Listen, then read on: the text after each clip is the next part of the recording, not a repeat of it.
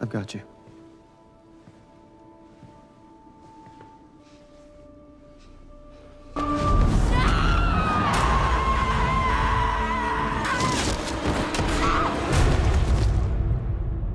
Damsel, released in 2024, is a movie that sweeps you into a world of knights, princesses, and a fearsome dragon.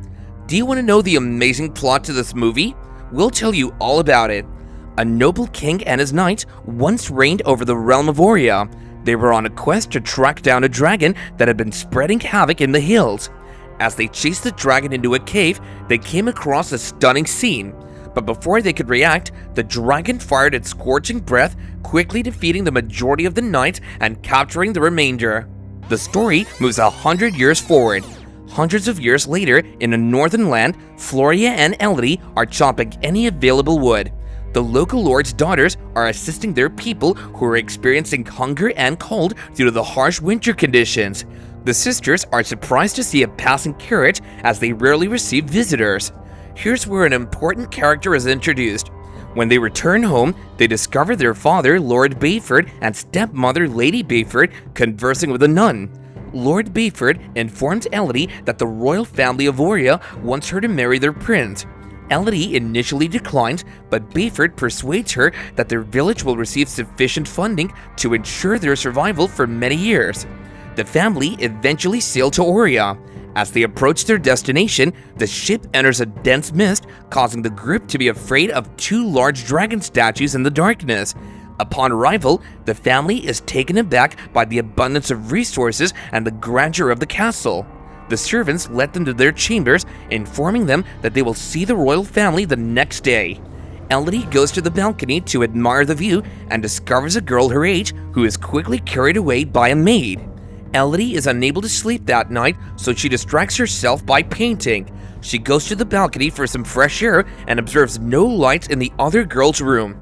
She's astonished to see torches in the distance, indicating someone climbing the mountain during the night. The next day, Elodie's family meets with the royals.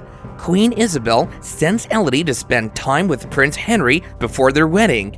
Elodie and Henry quickly became friends and had a great talk after Henry acknowledges Elodie's artistic abilities. This is where the plot starts thickening. Henry notes that the wedding coincides with one of 3 ancient traditions honoring their ancestors. In the castle, Lord Bayford appears to be disturbed after discussing the bargain with Isabel.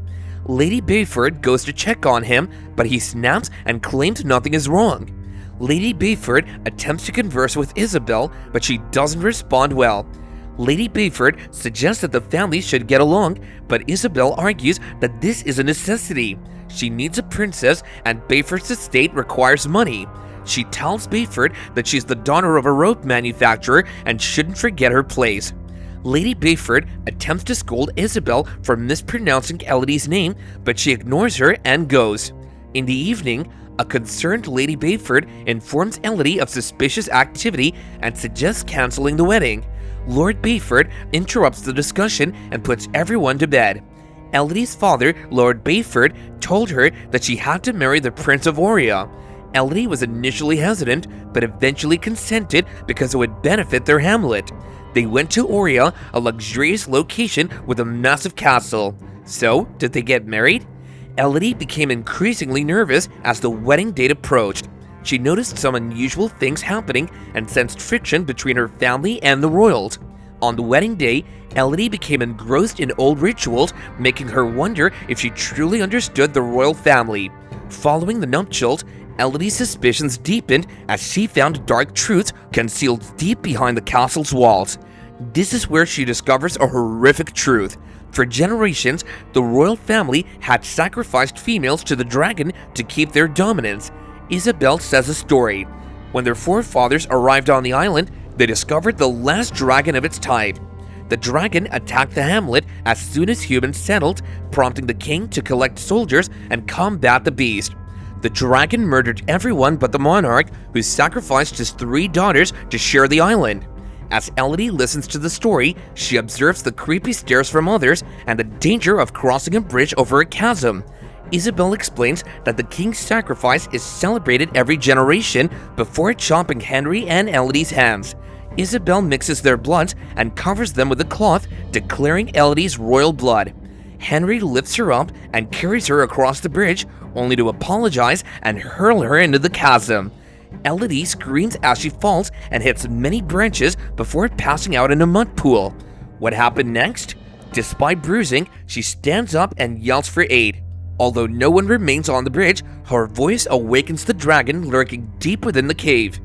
Elodie cries in frustration and takes off her jewelry before attempting to get out. Unfortunately, she falls again, sustaining another injury. She discovers more jewelry that doesn't belong to her and realizes the royals have been sacrificing girls to the dragon for years. Suddenly, she hears a disturbance and turns around to see a light inside a cave. So she goes inside and discovers a bird on fire. Elodie adds soil to extinguish the fire, but it's too late as the bird has already died. Suddenly, a roar rings through the tunnel and hundreds of birds on fire fly above Elodie for a few minutes before dropping lifeless around her. Elodie attempts to find an exit using the little bodies as lamps, but freezes when she sees the dragon approaching. Elodie hides behind a stalagmite as the dragon speaks, claiming that every generation of royalty must pay and smelling it in her blood. Elodie sees her scar and realizes the ritual was done to fool the dragon. Elodie cries and runs into a tunnel as the dragon breathes fire behind her. Flames enter the tunnel too. Did she manage to find a way out? Elodie cries and runs into a tunnel as the dragon breathes fire behind her. The flames also penetrate the tunnel, but Elodie manages to find a safe position just in time. She discovers a charred body and recognizes that it was the girl from the balcony. When Elodie hears the dragon approaching again, she tries to escape via a small hole, but her dress becomes trapped. As the flames approach, Elodie struggles to remove the crinoline and flees to a smaller tunnel for safety. Unfortunately, the fire still burns her leg and causes her to scream in sorrow. The dragon is unable to reach her due to space constraints. After the dragon is gone, Elodie sharpens her blunt knife against a rock and cuts off a portion of her clothing. Despite the tremendous pain in her leg, she perseveres and uses torn fabric to patch the wound. She opens the diffuser and lights it as a lantern. She explores the cavern and discovers a tiny tunnel. She crawls through it, but her dress gets hooked again. She pushes till she's free and glides down. As the dragon approaches, Elodie spots dust bouncing across a curved stalagmite, which sparks an idea. Elodie commands the dragon to burn down the stalagmite, prompting the dragon to spout fire. Elodie moves at the last second, allowing the fire to ricochet off the stalagmite and settle on the dragon, eventually bringing her down. Elodie gives the dragon the scar on her palm to prove that the beast has been killing innocent girls, not royals. Elodie refuses to terminate the cycle of hatred despite the dragon's request to do so. She gathers slugs and places them on the dragon's body to help her recover entirely. In the castle, another wedding is taking place with the intention of tricking the third-generation girl. Elodie enters the scene and tells the bride to leave with her family after a coin falls from the altar. Elodie encourages the locals to flee, but only the servants believe her and depart. Then, the action takes place. The dragon appears and attacks everyone, including Isabel and the royal line, bringing an end to the story. Despite the stress, Henry closes his eyes and accepts his punishment, knowing he deserves it. As the castle crumbles, Elodie goes away with her head held high. A few days later, Elodie, Floria, and a recovered Lady Bayford board a ship with gold and supplies for their people. Elodie begins referring to Bayford as mother instead of stepmother after they agree to jointly manage their estate. On the way home, Elodie and the dragon exchange a respectful nod. So, did you enjoy the movie? Let us know in the comments below, and don't forget to like, share, and subscribe to our channel for more.